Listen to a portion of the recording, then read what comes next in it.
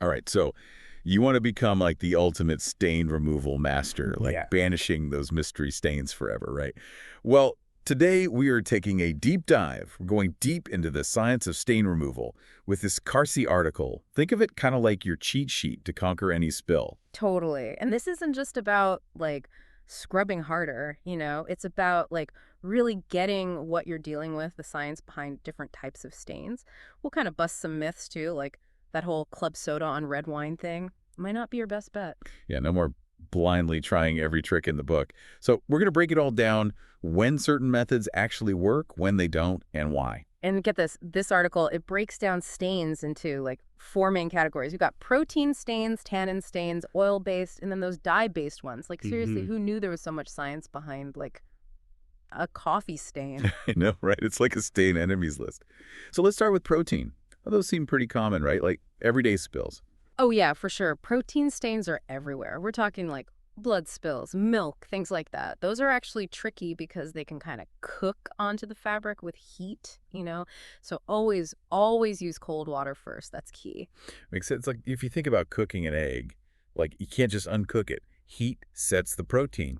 And speaking of things my grandma used to say, she always swore by vinegar for protein stains. Grandma was onto something. It's the acidity of the vinegar that really does the trick. It breaks down those protein bonds, so it's actually based in science. Now, tannin stains, those are a different story. We're talking coffee, red wine. They're acidic themselves. So for those red wine spills, no more club soda then. Well, club soda, it's mostly about diluting the stain before it sets in, like quickly flushing it out. So it's not a bad idea, but it's not like a magic fix every time. This article, they suggest baking soda, especially for neutralizing those interesting odors, pet accidents, Those require a little extra odor fighting power. Totally. Those can be potent. Now, oil stains, those are like public enemy number one for me. It's like they just gravitate towards my clothes. Any tips beyond, like don't cook in your best outfit? Right. Besides that, very good advice. A good degreaser is key. That's like the number one thing. And this article gets super specific. It talks about portable options, like what to have on hand, gels versus powder treatments. They even mention those Tide-to-Go pens. Oh, yeah, those are clutch. Yeah. But what about the super stubborn ones? Dye-based stains.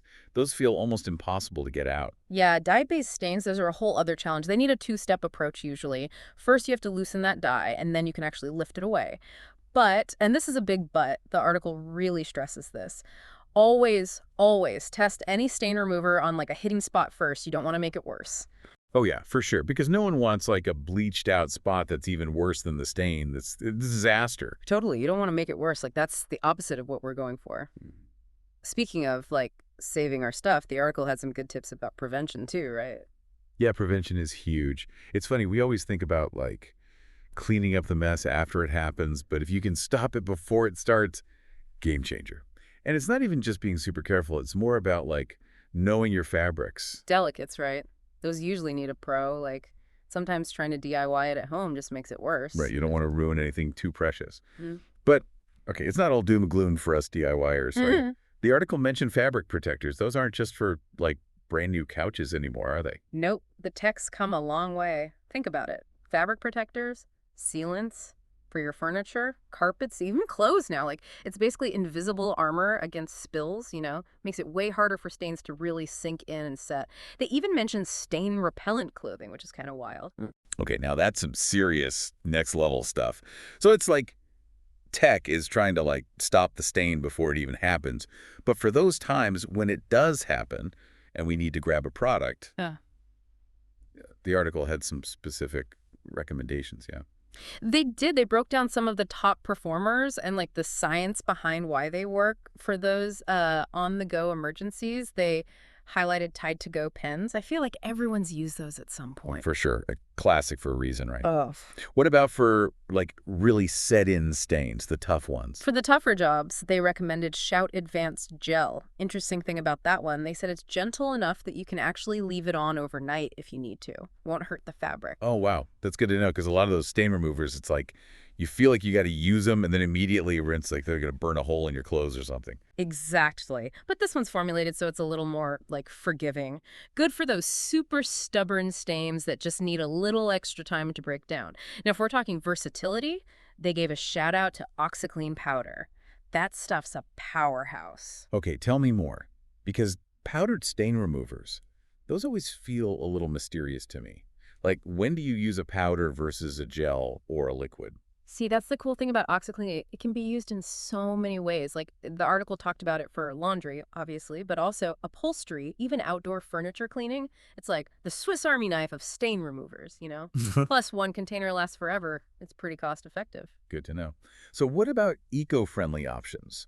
I feel like there are more and more sustainable cleaning products out there these days. Definitely. They had a whole section in the article about environmental considerations, and they highlighted the rise of enzyme-based cleaners. They said those are a real game changer for sustainability. I've definitely seen those popping up more. What makes them different from, like, traditional cleaners? Well, traditional cleaners often rely on harsher chemicals, right? Things like phosphates, which can mess with aquatic ecosystems, or even just bleach. Super effective, but not exactly eco-friendly. Enzyme-based cleaners are different. They use the power of enzymes, which are basically these proteins that can like break down other molecules. So they're kind of like little Pac-Mans that gobble up the stain molecules without all those harsh chemicals. I love that analogy. So not only are they better for the planet, they're just as good at, like, actually getting the stains out. That's the idea. And the article mentioned they often work at lower temperatures too, which is even better for the environment and could even save you money on your energy bill. It's cool to see that consumers are demanding more eco-friendly options and companies are really responding. Yeah, it feels like stain removal is about to get a whole lot more eco-conscious, which is amazing. It is. And remember, the Carcius article, they don't just focus on cleaning up after the fact. They talk a lot about the power of prevention too. Right, because let's be honest, it's way better to avoid a stain in the first place than have to, like, scrub it out later. Yeah. So what are their top prevention tips? Lay it on us.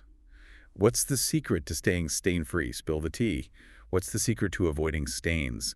Like, what's the magic trick? Well, I hate to break it to you, there's no magic. But they do break down the usual suspects. Food and drinks, those are like the top offenders, right? Makes sense. Those are things we're usually around. Exactly. But it's not just about like being careful when you eat, it's about being prepared. Having some stain remover wipes handy, or even just knowing like the right way to blot up a spill before it sets in. So it's all about damage control right from the start. Exactly. They also talk about being mindful of your surroundings, like at home, maybe keep some cleaning supplies more accessible so you can tackle a spill right away. At work, maybe it's being more aware of like where you eat your lunch or having a designated spot for messier tasks. Okay, so like think like a stain detective. Anticipate those risks. Yes. And here's where it gets interesting. They get into like material specific strategies because a cotton t-shirt, totally different story than a silk blouse when it comes to stain removal. Oh yeah, you don't want to ruin a delicate fabric by, like, using the wrong method. Do they have recommendations for different types of fabrics? They do. For delicates, they definitely say, like, consult a professional cleaner, especially if it's something you really love. Sometimes those home remedies can do more harm than good. Yeah, better safe than sorry with your favorite things. For everyday stuff, though, it sounds like those fabric protectors are a good bet. Absolutely. It's like an insurance policy for your stuff. And what's exciting is that the technology is getting better all the time. This article even mentions some advancements in material science that could lead to even more stain-repellent fabrics in the future. So, like, stain-proof clothing. That's amazing. We've gone from basic stain removal all the way to, like, the future of fabrics. Right. This Carcy article was packed with good info, and honestly, we only just scratched the surface. It goes into way more detail about specific stain types, ink, makeup, grass stains. Sounds like a must-read for anyone who's ready to, like, up their stain removal game. So to everyone listening, we highly recommend checking out the full Carcy article. You won't regret it. For sure. Just goes to show understanding the science behind cleaning and even just like being more mindful of our habits can make a huge difference. And hey, maybe one day stains will be a thing of the past. Until then, at least we've got the knowledge to fight back. Thanks for diving in with us today.